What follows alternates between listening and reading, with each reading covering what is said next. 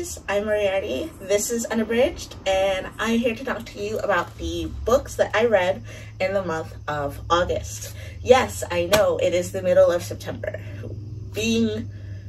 Having planned content is not a thing that I do well here. I think that's just something we all know by now.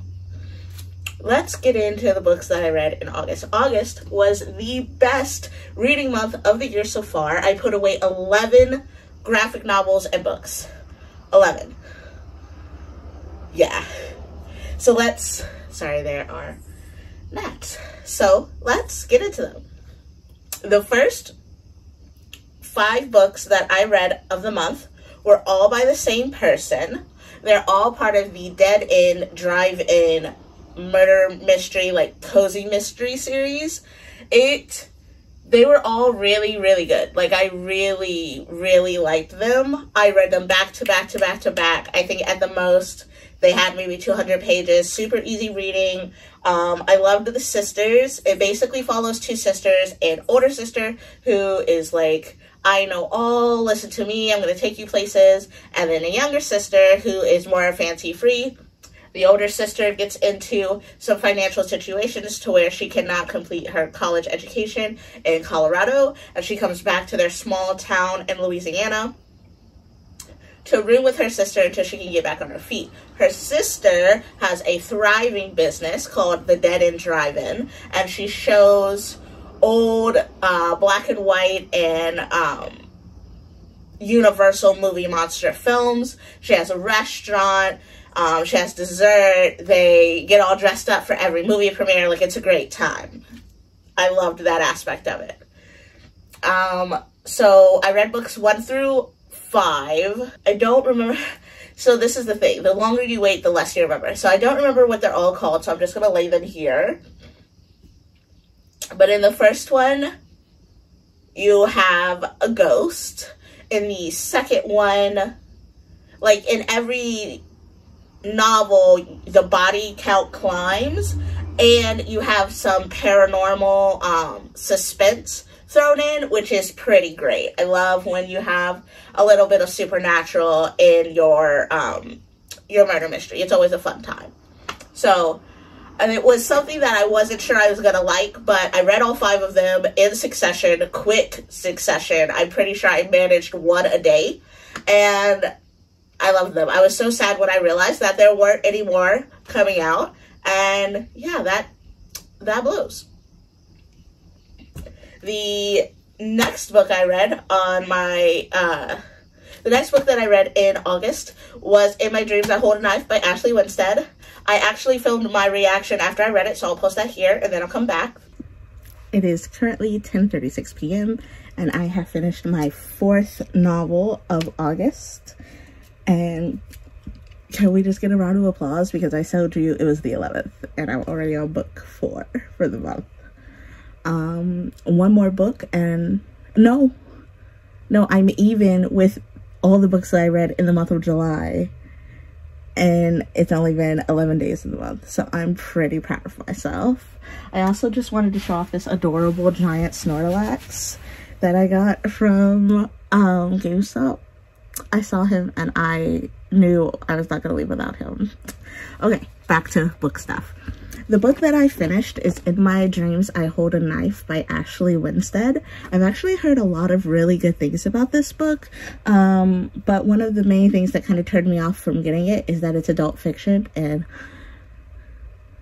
generally my forays into adult fiction have not been good, so I kind of took a chance on this. Also, its main character is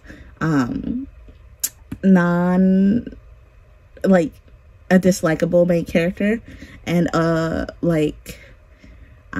unreliable narrator. Both things that I don't actually enjoy. I like it when I like the main character. I don't know, maybe that's just me, but I loved this book. Loved this book. 4.5 stars. Absolutely loved it. This is also the first book that I'm talking about on my podcast notes, and just listening to my excitement and my thought processes as I'm reading through the novel, like, you guys, I cannot wait for you guys to hear this episode. I'm so proud of it. But yes, this book, 4.5 stars, absolutely loved it. Back cover says this: 6 friends, 1 college reunion, 1 unsolved murder. 10 years after graduation, Jessica Miller has planned her triumphant return to Southern elite Duquesne University, down to the envious whispers that are sure to follow in her wake. Everyone is going to see the girl she wants them to see: confident, beautiful, indifferent. Not the girl she was when she left campus, back when Heather Shelby's murder fractured everything, including the tight bond linking the 6 friends she'd been closest to since freshman year. But not everyone is ready to move on. Not everyone left Duquesne 10 years ago, and not everyone can let Heather's murder go unsolved. Someone is determined to trap the real killer, to make the guilty pay. When the 6 friends are reunited, they will be forced to confront what happened that night and the year's worth of secrets each of them would do anything to keep hidden.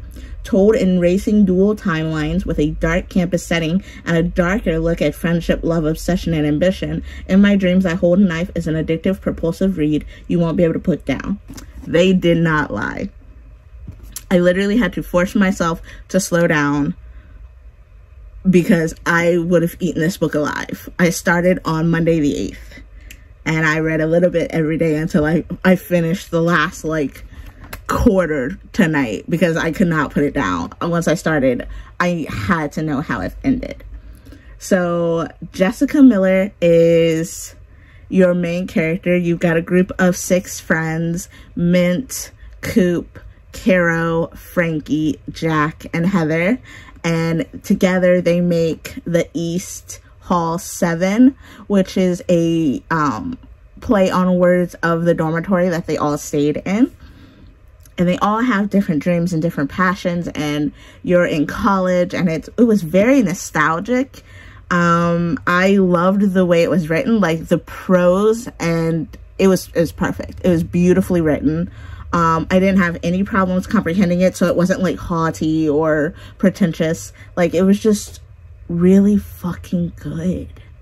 But basically, you have these group of friends that all have different paths, and they all come together, and they love each other very much. And then one day, all of that is fractured when one of their best friends is killed. Their friend Jack is put away for it, but is released due to lack of evidence. And then when they all come back 10 years later for homecoming, Heather's younger brother Eric is determined to solve his sister's murder.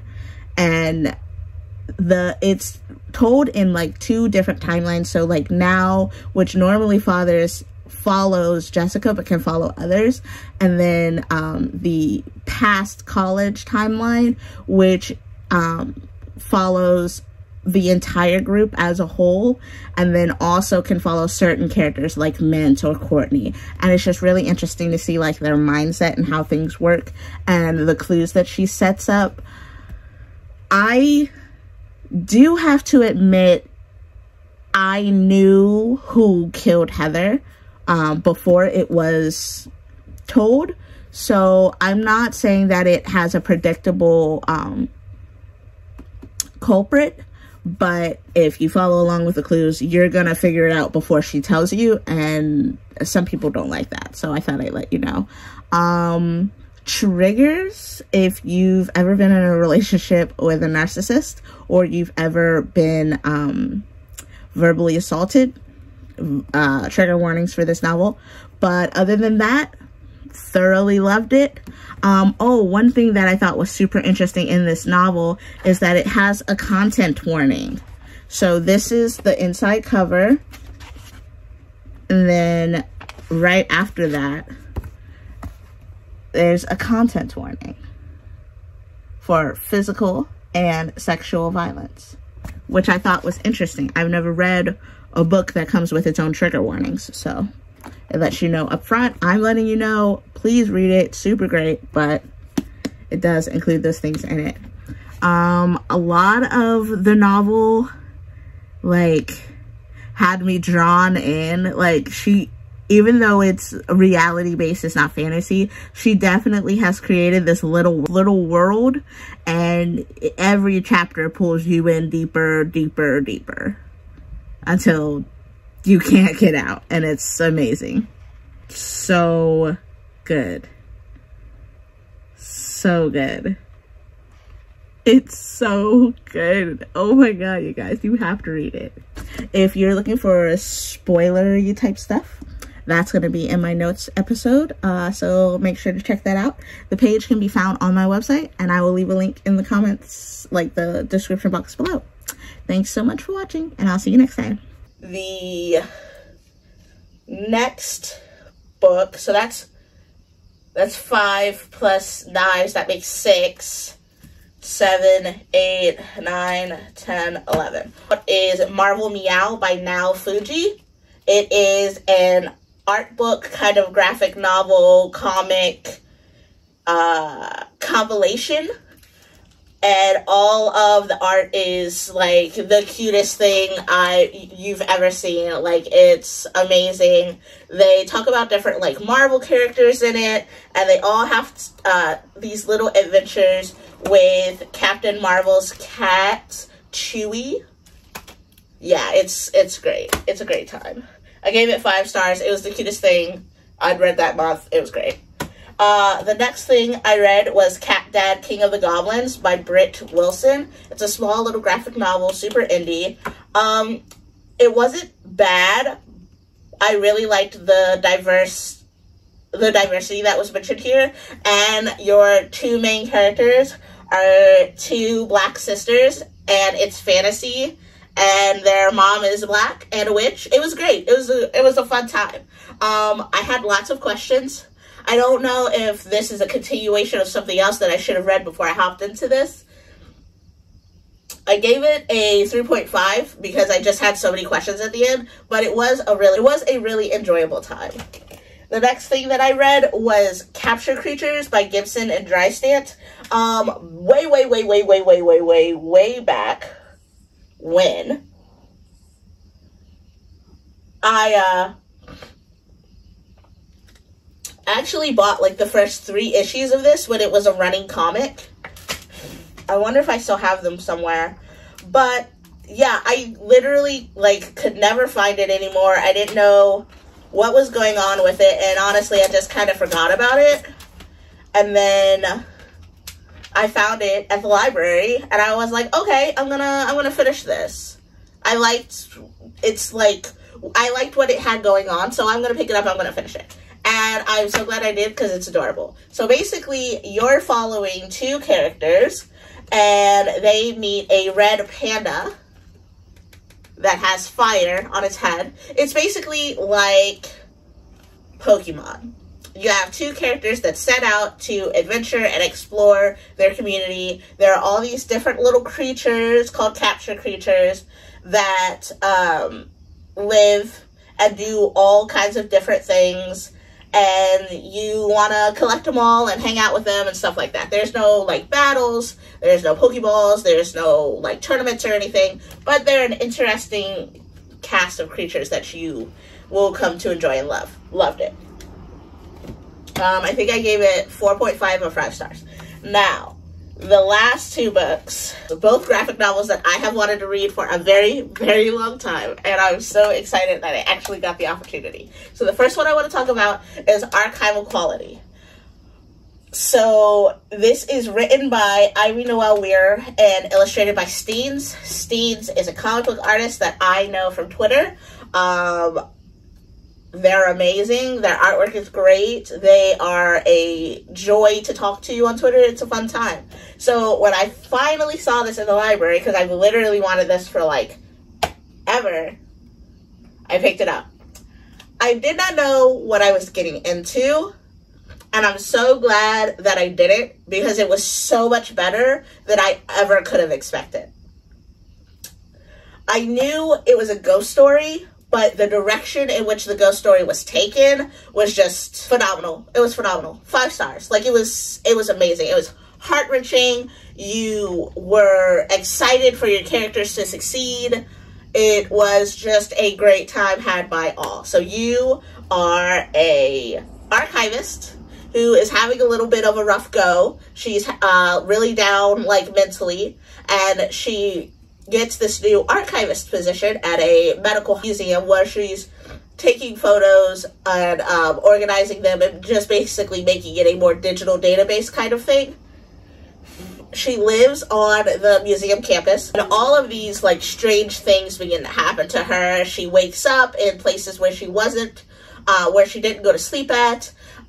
She begins to lose time. She begins to see ghosts. It's just I don't want to spoil it because everyone should read it, but it's a great time. It was very, very good. I gave it 5 stars. The last book I want to talk about is Over My Dead Body by Sweetie Boo. Again, another illustrator that I found on Twitter. Amazing. Great story. I've been watching her little, like, tidbits of herself working on this for so long, and to hold it in my hand and having actually been able to say that I read it and it was so good. Like, you guys, it was so good. Perfect for October. Perfect for spooky time. Just a great time. I know I've said this like 80 times, but a great time had by all. Like, it's so good. So basically, you're at this school of witchcraft, and you've got 2 friends, Goldie and Abigail has a mentee named Noreen. The school year starts, everybody's excited to get back to class, but then realize that Noreen is missing. The last time anybody saw her, she was headed into the forest where everybody knows not to go. So they have a coven that kind of protects the school, and they are on the hunt for Noreen. But Abigail feels like they are not doing enough. So she, Goldie, and another friend, I'm trying to start a hunt to go investigate what happened to Noreen and see if they can find her. What they find is Mad Balls, a huge conspiracy, old evils risen to the present. Like, it's just an amazingly well thought out and organized story, and I loved every minute of it. Another big thing that I really enjoyed about this is that one of the main characters, Goldie, is Black. Her father, also Black, is a teacher here, and they have real hair. Now, when most people draw Black people, we get braids or we get an afro. Her father had the cleanest illustrated locks I have ever seen. Goldie's ringlets moisturized, okay? Like, I was so excited to see not only the diversity, but the diversity done well. There's so many times when Black characters are flat, not even two-sided, drawn like crap, thrown into the background, and not ever utilized or important to the story. But they're there for the sake of diversity. This book is not that. This is how it should be done from now on. That's all I gotta say about that. Gave it 5 stars. Sorry, this video is all over the place. I am currently catching a cold. Super pissed off about that. It's about to be spooky time. I do not want to be sick. The studio is super hot. It's like 11 p.m. and I was like, if I do not film this right now, I'm probably never going to film it. So it's dark. It's hot. I'm catching a cold, like, y'all. I'm trying not to freak out about it, so it's neither here nor there. I read 11 books in the month of August. It is the biggest reading month that I've had this year so far, and a lot of those books were 5 stars, and I'm so excited to share my thoughts about them with you. If you've read any of these books and you feel like talking to me about them, leave a comment down below or hit me up on my Bookstagram.